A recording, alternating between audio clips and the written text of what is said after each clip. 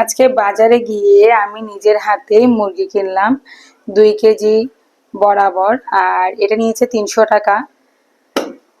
তো এখন হচ্ছে দুপুরের সময়। এই যে এদিকে আলোটা আপনাদেরকে দেখালে বুঝতে, এই যে দেখেছেন, এটা হচ্ছে আমার রান্নাঘরের জানালার ভিউ। এই হচ্ছে দুপুর 2টা 54। আমি ম্যাক্সিমাম টাইম দুপুরেও রান্না করি, আবার মাঝের মধ্যে রাতেও রান্না।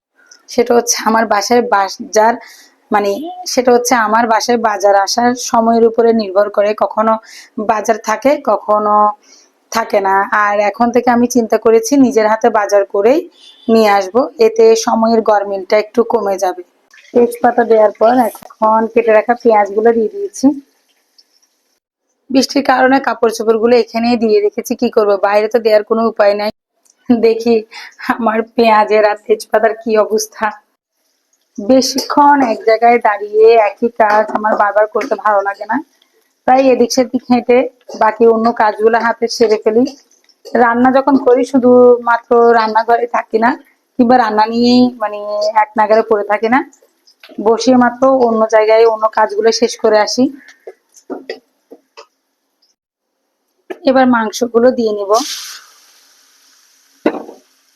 দিয়ে একটু হালকা করে নেড়ে দিচ্ছি।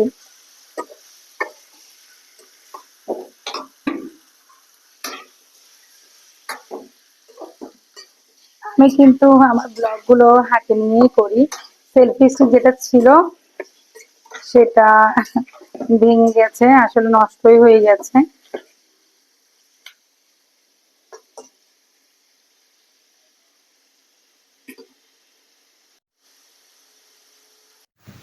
এখন বাটা কষাটা দিয়ে নিব।